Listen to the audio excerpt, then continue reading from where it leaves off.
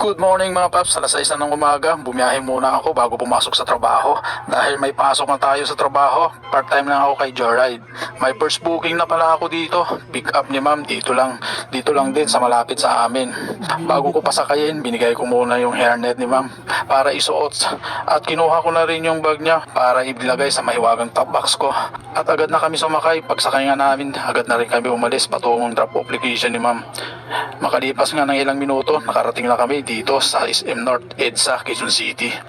Pagdating namin dito sa SM North, agad kinuha ko yung bag ni ma'am sa mahiwagang top box ko. Sabay abot ko lang sa kanya at umalis na agad si ma'am. Salamat nga pala sa tip mo, madam. Pangalawang booking ko dito lang sa likod ng SM North. Grass Residence, isang estudyante nga pala yung pangalawang booking ko. Papunta naman siya sa Sampaloc, Manila. Makalipas nga ng ilang minuto, nasa Sampaloc na kami kung saan nag-aaral si madam.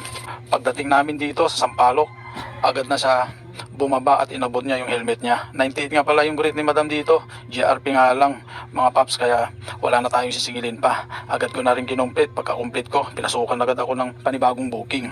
At nandito nga ako sa pangatlong booking ko ngayong umaga at agad ko na rin pinagsuot ng hairnet.